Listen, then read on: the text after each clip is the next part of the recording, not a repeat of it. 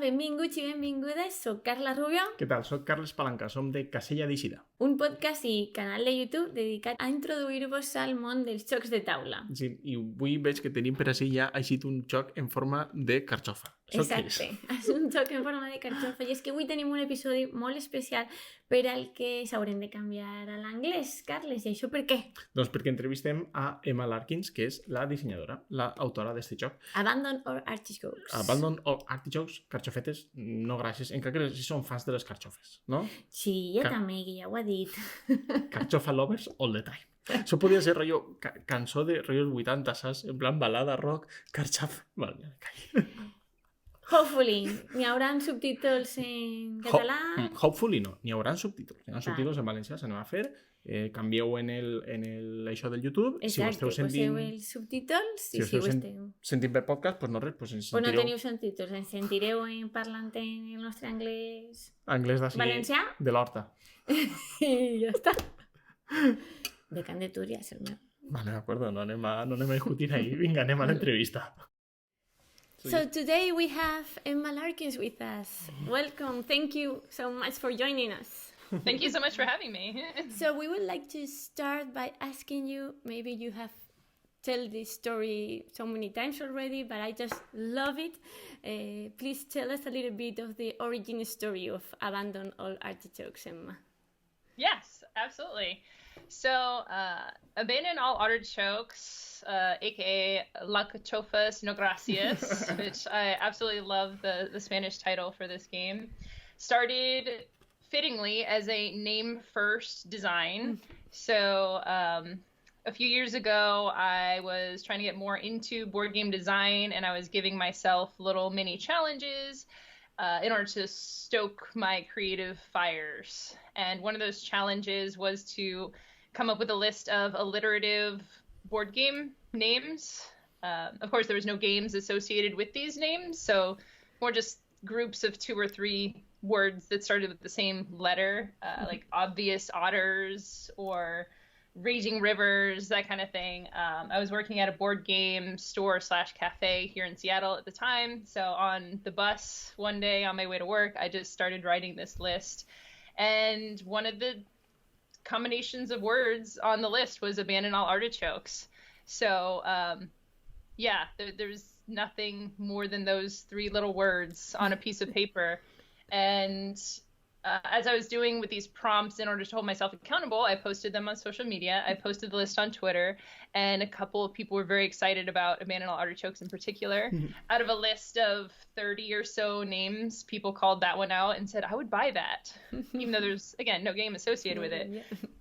So I kept that in the back of my head. I had it in my notebook, and kind of didn't really do much with it for several months, but months later, I issued myself another challenge to prototype a board game a day for a week. So 7 days, 7 board games, really, really simple, just get something down on paper. And in that moment, because I didn't have a lot of time, Abandon All Artichokes resurfaced. And I don't know why exactly, but this idea of abandoning made me kind of think of deck builders, and specifically the mechanic in a lot of deck builders where you trash or get rid of cards. So yeah, that's how Abandon All Artichokes was born. I made a very simple prototype with artichokes and 3 or 4 power cards, things to get more cards out of your deck, things to compost, or at the time was trashing artichokes. I didn't come up with composting. That was a play tester who I'm forever grateful to, because they said, oh, vegetables, you should be composting them, not trashing them. I'm like, yes, that is a very good idea. I tested it with my husband, and we both thought there was definitely something interesting there. And yeah, that's how it all started. So cool, so nice story, right? It's the story is super cool, and it actually breaks so many perhaps preconceived ideas about the creation of the creation process. Is like, oh no, it's like super bohemian, and you are like inspired. You have an idea, and then everything's done, but not from the idea. Yeah. To the final game, there is task, and you give yourself challenges and tasks. So can creativity be structured or promoted, or you need to put so much work on this. Yes. Yeah. And that's actually something I thought about a lot back then. And recently, even more so, I've been bubbling up because I know right now some people are struggling with creativity, and a lot of my contacts, my very creative, brilliant friends on places like Twitter, it's coming up a lot now where people who I know who make amazing board games, even they get stuck sometimes, or you're brand new to it, you don't know exactly where to start. And I really do believe, and that has been my experience, that sometimes, again, like you said, people aren't creative. I'll take that back. Everyone is creative. Everyone is born creative. There aren't specific people who are creative, like, oh, my one friend is really good at making things up and I'm not good at that. Absolutely untrue. Everyone has the capacity to be creative.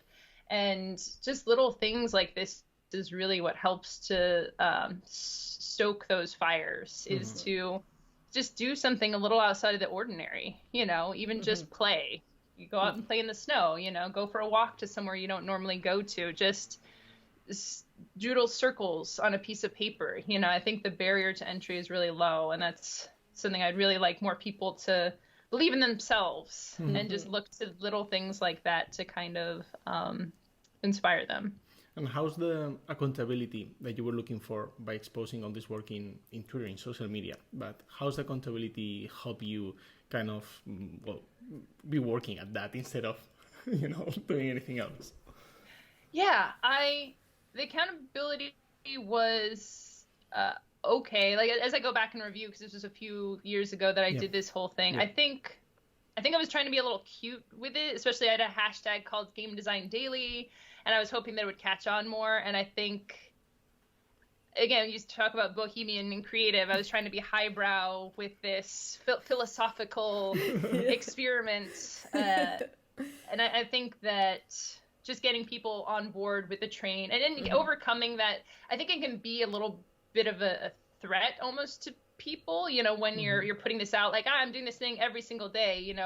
Some people see that as like, oh, I couldn't do it every single day, so I can't do it at all, and I think as I potentially come back to it or explore and see better ways to get that accountability, I think really just lowering the bar and saying, like, hey, if I just want you to hop in where you are. You don't have to have done it for a year like I did it, just really make people feel confident and comfortable. And I think that's what brings people together into a community that can be supportive for this type of accountability. And I love the origin story, not only because of this creativity task, but also because it is the only game I know that was named first and inspired you to the mechanism of abandoning, of trashing. And that is a really cool twist, a plot twist to the deck building, no? Into the deck wrecking, how do you call it, deck wrecking games now? So this new genre, the deck wrecking, this helps you with giving a speech to the publishers or to the other people? Yeah. When I first started talking to publishers about it, I talked to GameRight, who is the publisher in the game, the publisher of the English language version, and then other people distributed to other countries to publish and create the game. When I first started talking to GameRight, they had done other styles of games that are like Sushi Go, simplifications of mechanics that are a little more in the hobby side, the complicated side, and they'd taken those and made them more approachable to a wider audience. And then with the deck building mechanic, that was for Abandoned All Artichokes, their idea to take something that's a fairly complex mechanic and make it more approachable to more people.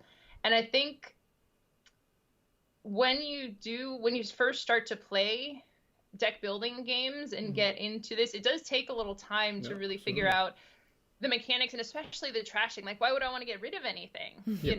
That's especially sometimes it's cards that you worked to get, in Dominion. You're like, I worked so hard to get this. Why would I throw it away, in the trash? And I think what's exciting about All Artichokes is it makes it very clear with the win condition. You draw a hand of no artichokes and you win the game. So it's even easier to see this part, and they do nothing. They're just kind of clogging up your hand.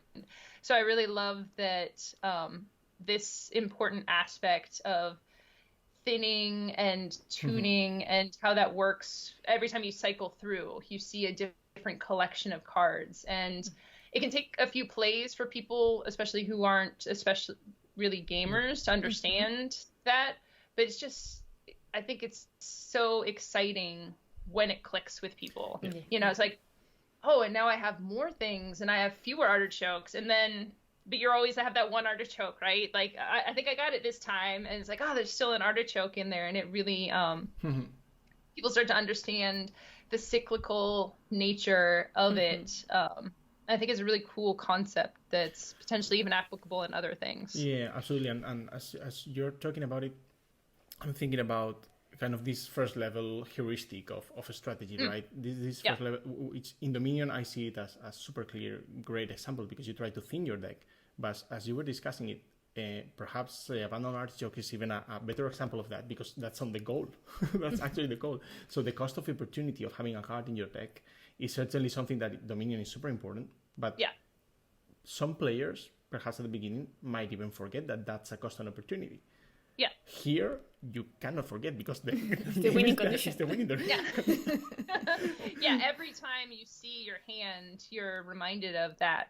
And I haven't played any of the expansions of Dominion, so I can't speak to every version of the game, but at least in the base version of the game, which I have played, the win condition cards usually don't do anything. So it's even a little more complex, I think, where you're making a powerful deck, but then you're kind of putting things in that are almost like the artichokes, where it's they just more complex. Yes. Yeah, absolutely. Yeah, and as you mentioned, you wanted to keep it simple and approachable, and how that influenced your creating process.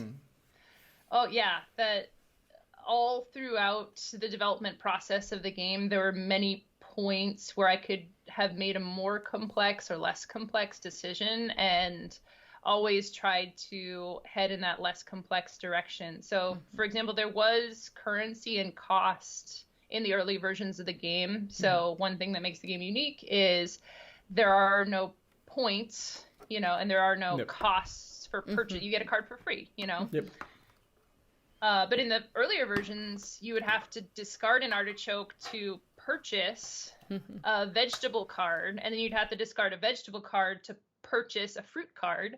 So there's kind of a hierarchy, which is nice mechanically, because you can make cards more powerful and less powerful. But getting rid of points, yes, exactly. But getting rid of costs and points mean that the cards have to be very similar power-wise. They can be situational, but there was a lot of things that aren't really possible to do because you don't want anything to look overpowered. Yeah, absolutely. Yeah. And here the idea is exactly the situational, right? There are certain very early game. There are powerful early game, and then cards that are powerful late game, and then you want part of the game is knowing when to do the change, right? Should I stop buying these cards? Broccolis are really good at the beginning, but then you don't want more broccolis, please. Exactly. So how these strategies kind of emerge from playtesting, or did you kind of plant it, seed them? Sorry for the pun. We're not. I love it.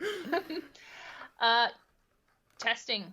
I have a post-it note here for any time I do interviews to remind myself that I had 142 different cards that I tested throughout the development of the game, and there's 10, 11 plus the promo now. So I have a spreadsheet with all the things that I went through, and some cards like potato, I think just 10 or 11 different versions of those cards. So broccoli stayed pretty similar throughout most of the development. It's pretty solid. If you have a certain number of artichokes, 2 or 3 changed over development, then you can compost an artichoke.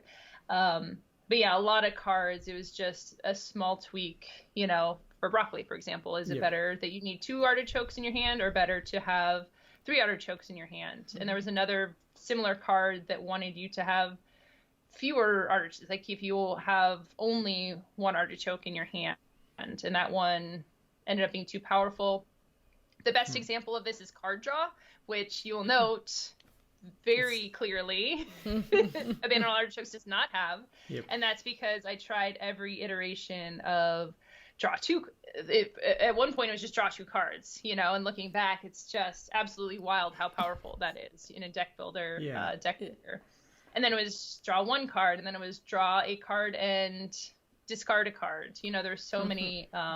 It's like this super condensed game of design decisions, because I have ended a game with 5 cards, exactly 5 cards. And I have to say that at the turn before I won, I had 3 artichokes in that hand. Oh my gosh! Yeah, So it was super epic. It was super epic. You send me those artichokes. I remember that. Yeah.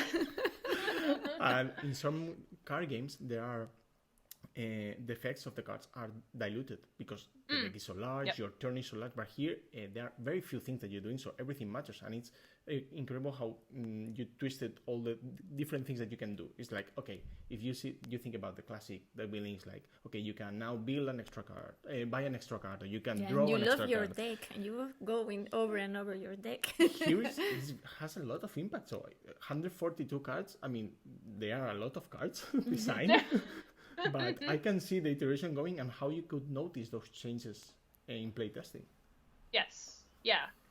And even the overall structure was evolving. So the cards, looking at it now, and especially slight secret, not quite secret, but I am potentially working on some expansion cards. So I'm reapproaching everything that I had in the past and looking at it.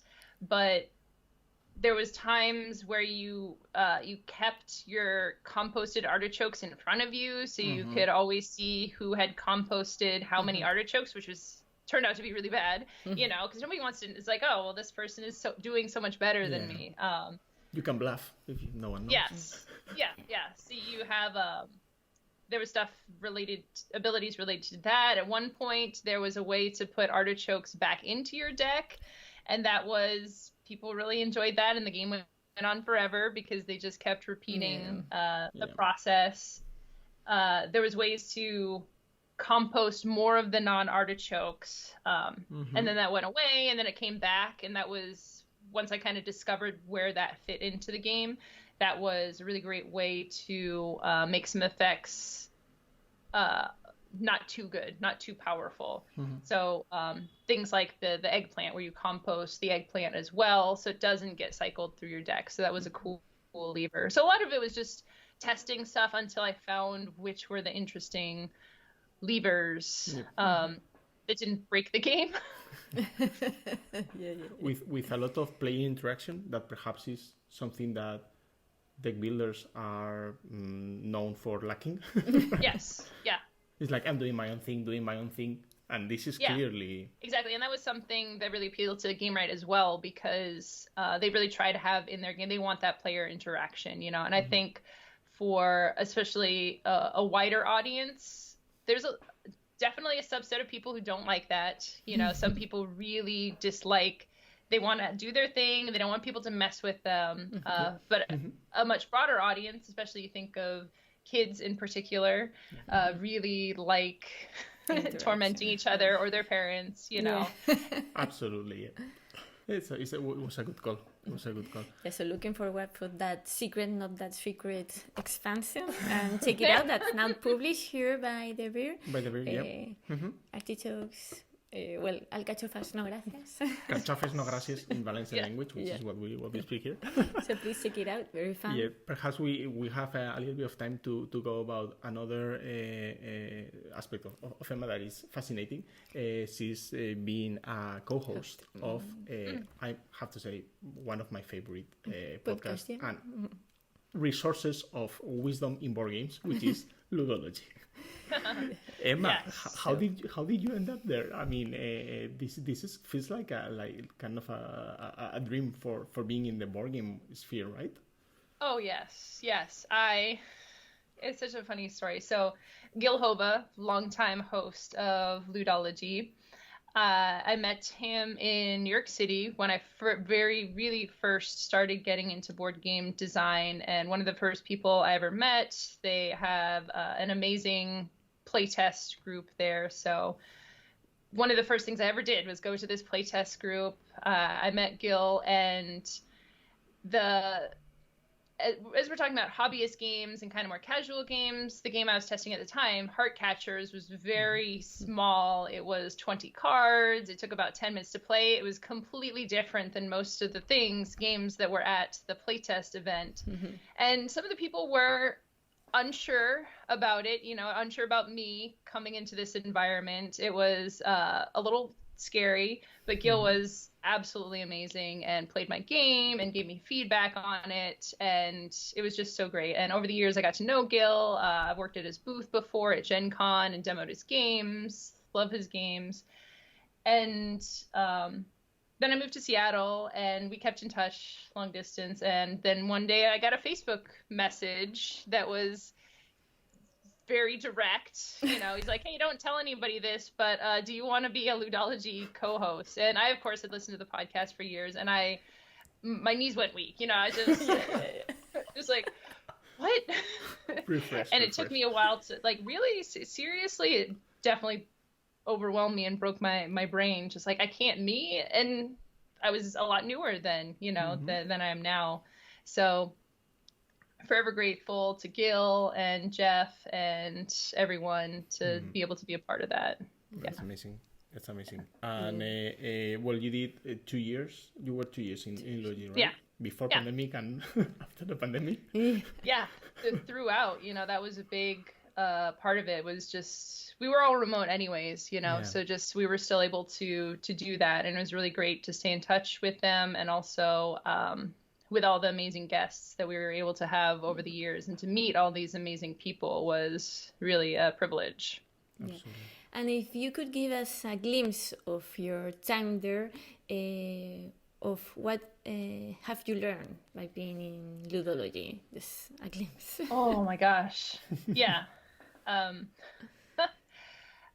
think one of the biggest things, and as I came onto the podcast, not right away, but as I started to become more comfortable, one of my biggest goals was to make sure that we were exploring every aspect of board game design and other types of game designs as well, and really look at all the people in the industry, and really start to look at diversity and making sure that people whose voices weren't necessarily as heard, who were equally brilliant, but I think in the past, for a long time, board gaming was a certain type of thing that was made by a certain type of people, and they were easier to find, they were more visible, so it kind of makes sense that they would appear more on Ludology, but I wanted to make sure that we were exploring more broadly. And it's important, not just because it is important, to uplift all sorts of voices, but because there's just so much to learn, and just things that you don't get from only focusing on a small subset of the industry. So just the amazing creations that people are making all across the world and in all these little niches was just, I think it's so important as a board game designer or any type of creative person, just to open your mind and expose yourself to as many different things as possible. Yeah, nice. Yeah, you can feel the contribution of Ludology, and well, other things in the scene has changed, but Ludology has had a big part, and well, we also want to thank you for your contribution there, because it's important. Yeah, thank you. Appreciate it. I particularly have one episode that you mentioned in your goodbye episode. One of your favorites was the one that mentioned the different areas of the areas of play. Yes. And that stuck in my mind, and sometimes It's a powerful idea. Yeah, it's like, okay, I'm not going into that track over there because it's too far away. So It happens. It happens. Yeah. And did you keep that in mind for your development process, or? Oh yeah, there's certain things as you progress in making any sort of thing that really stick with you and inform your design. And this is really, it's an accessibility and approachability thing. As I try and make more and more different games, some that are more niche audiences, but I think there's still a huge space for mass market games and for people who aren't as into games to make things really easy. I always think of my husband's family and my mother-in-law, and who are gamers. You know, she's taught us games, she taught us Quicks, but not as into the sphere, you know. And I want to make games for that just about anyone can play. And the zones is really important for that, because the more of them you have, you know, like a typical card game, you have your hand and then maybe the deck, you know, you have only a couple places. And then a more complex game, you have to care about what other people have in their hands, or there could be a board, and, you know, there could be a sideboard, you know, and the more of those you have, the more complex it becomes. So I think it can really inform your design. Yeah, absolutely. So I would like you to ask you about when to know how to end in ludology. Maybe it's also an important question in game design. Or in anything in life. In anything in life also. Yeah, how to know when to stop. Oh gosh. Yeah, anything in life. You know, making a game design, sometimes it works out, sometimes it doesn't. You need to shelve it for a little while and come back, and sometimes you never come back to it. For ludology, and it's interesting because it's something that Jeff Engelstein also talked about was, you know, have I covered as many subjects as I kind of can for ludology? And at the end of my ludology run, I felt like I had talked to a lot of people, you know, and explored a lot of different subjects. And I was very happy and proud with what I had accomplished on the show. And I think one of the big factors was just learning more about myself and what I wanted to make. And I had started to do more shows and talks and that kind of thing. And it takes a lot of time and mental energy to do those things. And I learned a lot from it, but it was taking a little bit away from board game design, especially in a world when a lot of us have a lot less physical and mental energy. So I found cutting back on a lot of the shows I was doing really helped to open up that space to be creative with board games.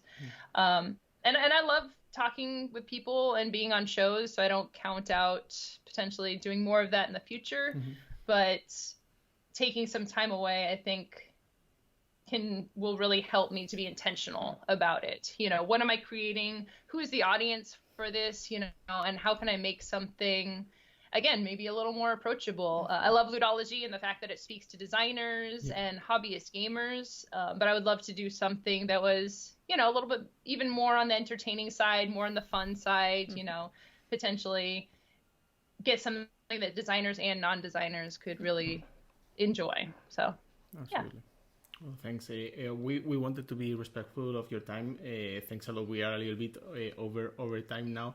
Just perhaps if you want to share anything of your newest designs or things that are going to be launched, perhaps so the audience can follow you on social media and be in touch with you, and perhaps can know what's going on. Yeah, absolutely. I'm Emma Larkins most places. So on Twitter, Emma Larkins. I have a website that I probably need to update and track. Like I talk a lot about my process and things I'm working about on social media.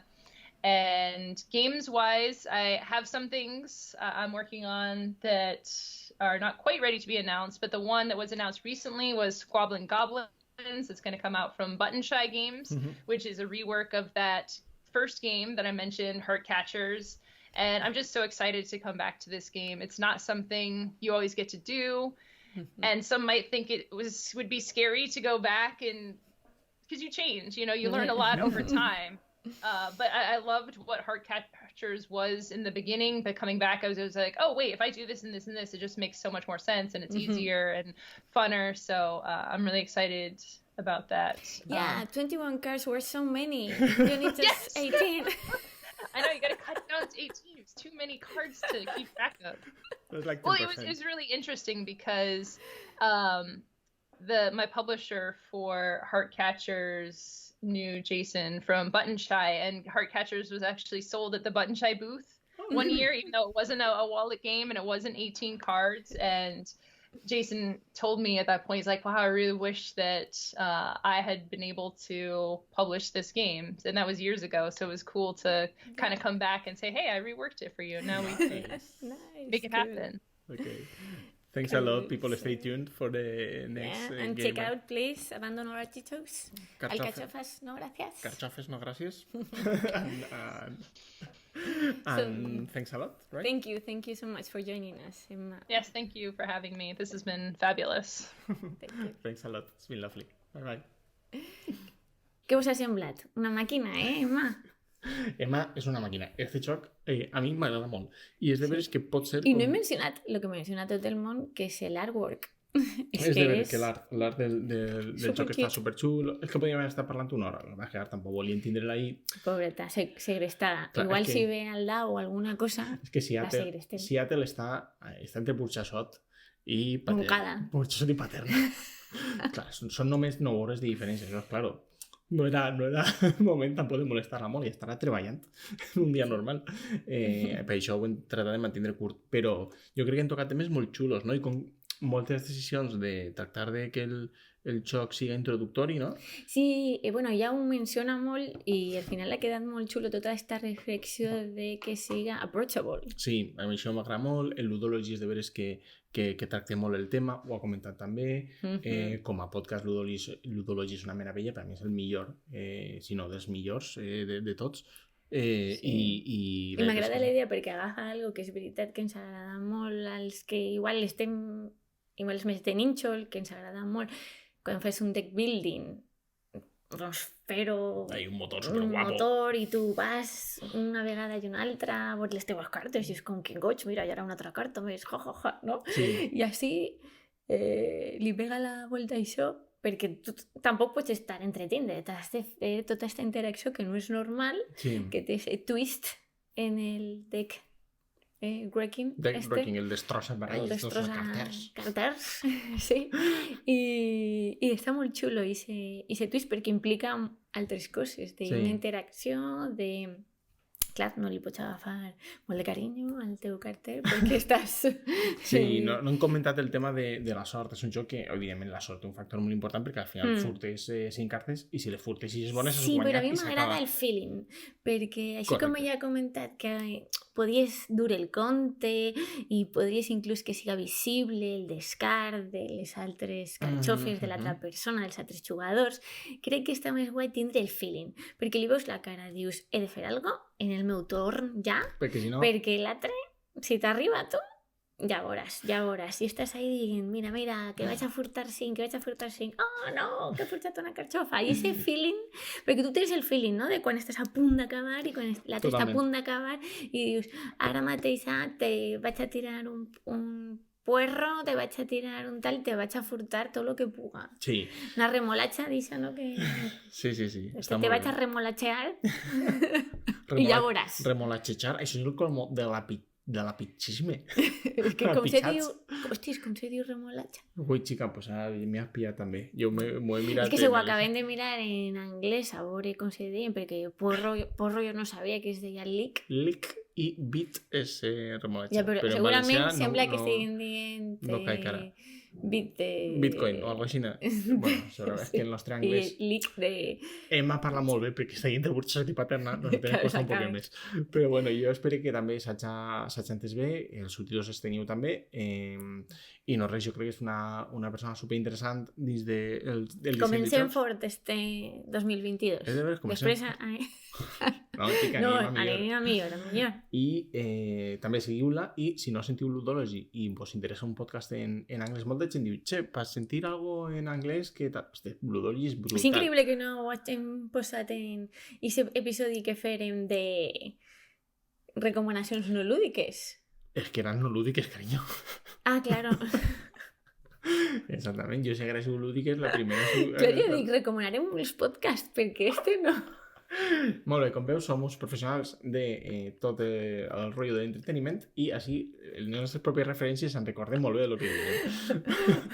I això és la raó, però si us interessen podcasts de jocs de taula, Este és molt bo. Gent boníssima, Geoff Engelstein, Gil Hova, Emma Larkins, ara mateix també està Erika Boy... Sí, van entrar dos persones noves quan ella es va marxar. Erika és la de Bosch i un altre xic, Sean, no sé què, són tots boníssims. I conviden a gent boníssima i parlen d'uns temes en molt de detall i gent que sap. O sigui, que això cal sentir-los. Exacte. I després el joc, proveu-lo, jo crec que triomfa. És molt divertit, molt ràpid. Vols jugar un altre? No sé. Sí, no explicar res de com se juga. Bueno, vas fer un Reels. Però ara som modernos i fem Reels.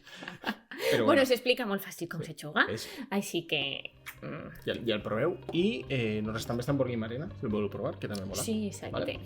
I no res, jo crec que en això ens veiem al proper episodi. Molt bé. Fins el pròxim. Adéu.